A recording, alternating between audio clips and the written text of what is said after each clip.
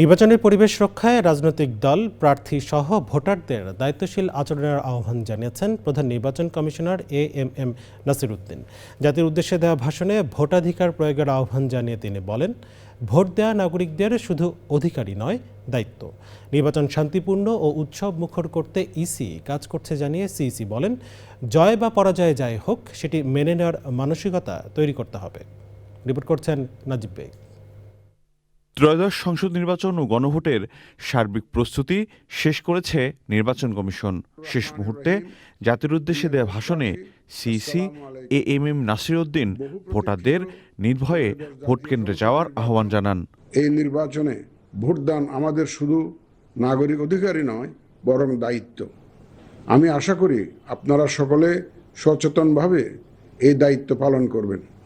রাজনৈতিক দল, প্রার্থী ও ভোটারদের প্রতি আহ্বান, শান্তি ও সৌহার্দ্যপূর্ণ পরিবেশ রক্ষার্থে সকলে দায়িত্বশীল ও যত্নবান হবেন। নির্বাচনকে গ্রহণযোগ্য ও স্বচ্ছ করতে সংশ্লিষ্ট সবার সহযোগিতা চান সিইসি।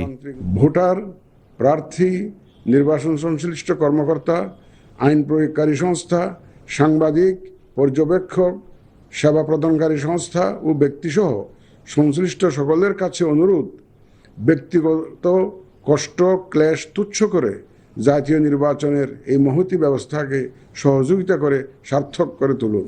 গণতন্ত্রের স্বার্থে প্রতিহিংসার রাজনীতি থেকে সরে আসার কথাও বলেন প্রধান নির্বাচন কমিশনার।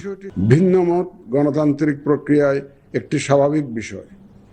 এই বিষয়টি স্মরণে রেখে আপনারা উৎসব মুখর পরিবেশ নিশ্চিত করে স্বতঃস্ফূর্তভাবে ভোট কেন্দ্রে আসবেন, পছন্দের প্রার্থীকে ভোট দেবেন এবং গণতান্ত্রিক প্রক্রিয়ার স্বাভাবিক পরিণতি হিসাবে জয় পরাজয়কে মেনে নেবেন।